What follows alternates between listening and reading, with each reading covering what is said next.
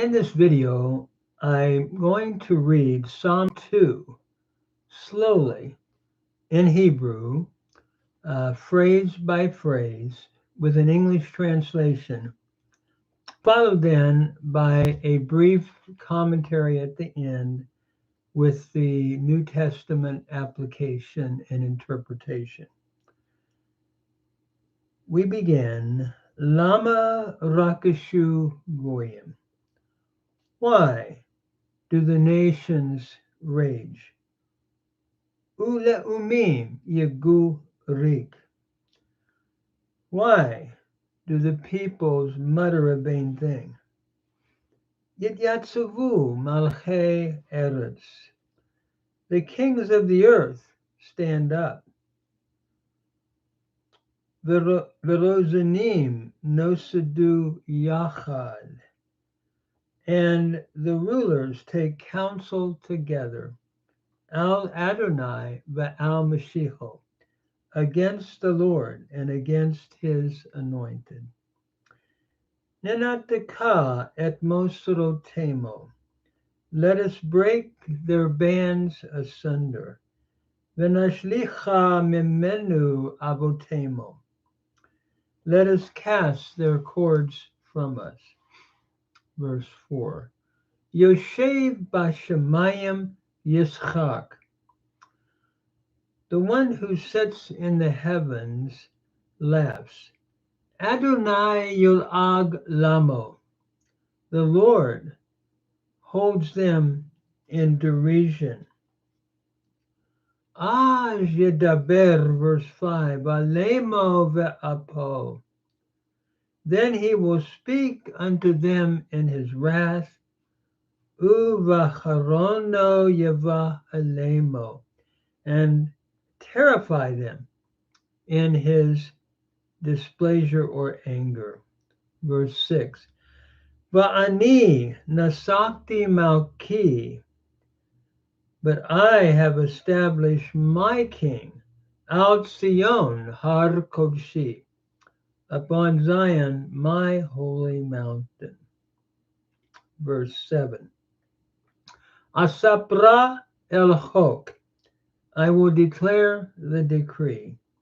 Adonai amar Eli beni ata. The Lord said unto me, you are my son.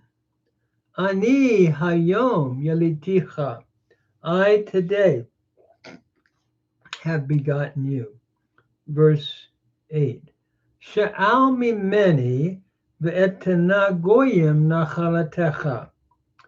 Ask of me, and I will give you the nations for your inheritance. V'ahuzatecha afse aretz. And the ends of the earth for your possession. Verse 9. Teroim b'shevet barzel. You will crush them with the rod of iron. Kikli yotzer tenapetzem. And you will dash them to pieces as vessels of a potter. Verse 10. Va'ata melachim haskilu. Now, therefore, kings, be wise. Hivasru shofetei aretz. Be admonished, judges of the earth. Ivdu et Adonai beyirah. Serve the Lord with fear. Begilu biradah. And rejoice with trembling. Nashku var penya anaf betovadu deri. And I'm going to translate this, kiss the Son, lest he be angry and you perish in the way. Ki yiv'ar kim'at apo, when his wrath is suddenly kindled. Ashrei kol chosei vo. Happy are they that take refuge in him. Now I will read the psalm in its entirety with a brief translation of the whole. Lama rakishu goyim uumim yegurik. Hidyatsavu malche eretz verozanim nosadu yachad al Adonai ve'al Mashicho. Nenetka et mosrotemo v'nashlicha mimenu avotemo. Yoshev b'shemayim Yitzchak Adonai yul'ag lamo. Az yedaber relemo ve'apo uvacharono yeva halemo. Va'ani nasakti malki al Tzion har kodshi. Asapra el chok. Adonai amar Eli beniyata. Ani hayom yeliticha. Sha'al mimeni ve'etna goyim nachalatecha. V'achuzatecha afsei aretz. Teroim b'shevet barzel kikli yotzer tenap b'tseim. Va'ata melechim haskilu. Hivasru shofetei aretz. Ivdu et Adonai b'yira v'gilu birada. Nashku var penya anof v'tovadu derek ki yiv'ar kim'at apo ashrei kol chosei vo. Why do the nations rage and the peoples meditate a vain thing? The kings of the earth station themselves, and the rulers take counsel together against the Lord and against his anointed. Let us break their bands asunder. Let us cast their cords from us. The one who sits in the heavens will laugh. The Lord will jeer at them or hold them in derision. Then he will speak unto them in his wrath, and he will terrify them in his anger. But I have installed my king upon Zion, my holy mountain. I will declare the decree. The Lord said unto me, You are my son. I today have begotten you. Ask from me, and I will give the nations for your inheritance and the uttermost parts of the earth for your possession. You will break them with a rod of iron, and you will dash them to pieces as a potter's vessel. And now, kings, be wise, be instructed judges of the earth, serve the Lord with fear and rejoice with trembling. Kiss the Son, lest he be angry and you perish in the way when his wrath is suddenly kindled. Happy are all who take refuge in him. A little bit of a commentary in my understanding of this great psalm. I believe it has a double fulfillment. At the first level, we're looking at the coronation of an Israeli king.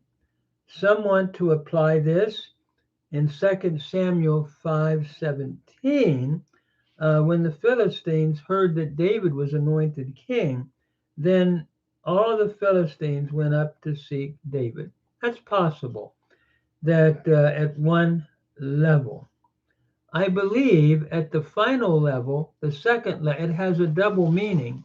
In my understanding, I believe it refers to Christ in the New Testament. And it's very common, even in Jewish thinking, to see more than just one level of interpretation in a text. We have what is called a remetz, we have darash, we have sod, a deeper level. In other words, we have a hint, we have commentary, and we have mystery, a mystical understanding. I think when you read the New Testament, you see its final application in Jesus. For example, at the baptism, Jesus said, This is my beloved Son, in whom I am well pleased. One cannot help but believe that there's a clear reference back to Jesus or back to Psalm when Jesus makes that statement. And the New Testament records what I believe I should say, when God makes that statement, and the New Testament records what God had said. It's also interesting to me that the first part of that great psalm in the book of Acts, chapter 4, why do the nations rage and the peoples mutter a vain thing, in verses 25 and 26, is quoted, and it's applied to the cross of a truth. They were gathered together in that city against your child Jesus, whom you crucified, Herod and Pontius Pilate, and so forth. So the first movement applied in the New Testament to the cross. And then we have, this day have I begotten you, the wonderful Apostle Paul, who was very fluent in Hebrew and many languages, a very learned apostle, quotes this text and applies it to the resurrection. It's recorded then in the book of Acts by Luke what Paul had preached when he quotes Psalm 2, you are my son, this day have I begotten you, in verse 33 of the book of Acts, chapter 13, and it's applied to the resurrection of Christ. In other words, the text says that God has fulfilled what he had promised to the fathers in the psalm, in the second psalm, this day have I begotten you. And again, it's a recording of what Paul had preached in the gospel in Acts. Then we also have this psalm applied to the second advent of Jesus Christ. So the resurrection was the day of begetting, the day of coronation in the New Testament. And then as we come to the final application, we see it in Revelation 19, where Christ comes back as the King of Kings and Lord of Lords. And he will smite the nation, it says, with a sharp sword, and he will shepherd them with a rod of iron. And I believe the idea of shepherding here is like a king having authority. And that whole idea is used in the ancient Near East as well. And for example, ancient Akkadian literature and so forth. So I think this text has its final application in the second advent of Jesus Christ, seen through New Testament lenses. And lastly, the translation that I gave, you are my son, Beniata, Nashkuvar, kiss the son. And so the psalmist is encouraging those kings to stop and kiss the son, which means to do homage. Now, some want to render this, many want to render this, I should say, do homage in purity, arguing that var means purity. That is true. The word can mean purity. And even with this interpretation, kiss Christ with purity. Kiss with purity the one that's being talked about. However, I personally translate this kiss the son. And it's interesting. Some want to say, well, it can't be son. That would have been Ben. But Nashku Ben Pin, we have two Ben Pins going together. I think when the psalmist wrote this, he wanted a dissimilation. So Nashku Var Pin seems to fit better. And Var, by the way, can mean son. It's normally an Aramaic word for son. However, in Proverbs 31, it reads, Ma beri, what, my son? And what, bar bitni, what, the son of my womb? And what, O son of my vows? Bar nedarai. So bar can mean son in Hebrew as well. And so when some say bar can't mean son, I don't think that's being, I think when you look at the whole evidence, it can mean son. We see this in Proverbs 31. And often Aramaicisms, that is Aramaic, finds itself in the Psalms sometimes. And I think here, in my own take on it, that that's what's happening. In other words, it's sort of highlighting the word bar, and a reader would have understood that as a unique word for son, not the normal word in Hebrew, but it's used, and also to highlight the idea of the Son. And sort of like we might say, this is the summum bonum of everything. This is the highest good of everything, bringing in a Latin quote. And I think the thought here is often we can intermingle a Aramaicism with even a Hebrew word, bar, for emphasis. So I would render this personally, kiss the Son, lest he be angry and you perish in the way. And I don't see anything that can be totally proven wrong with that. And I remember many Puritans would conclude their sermons by kiss the Son.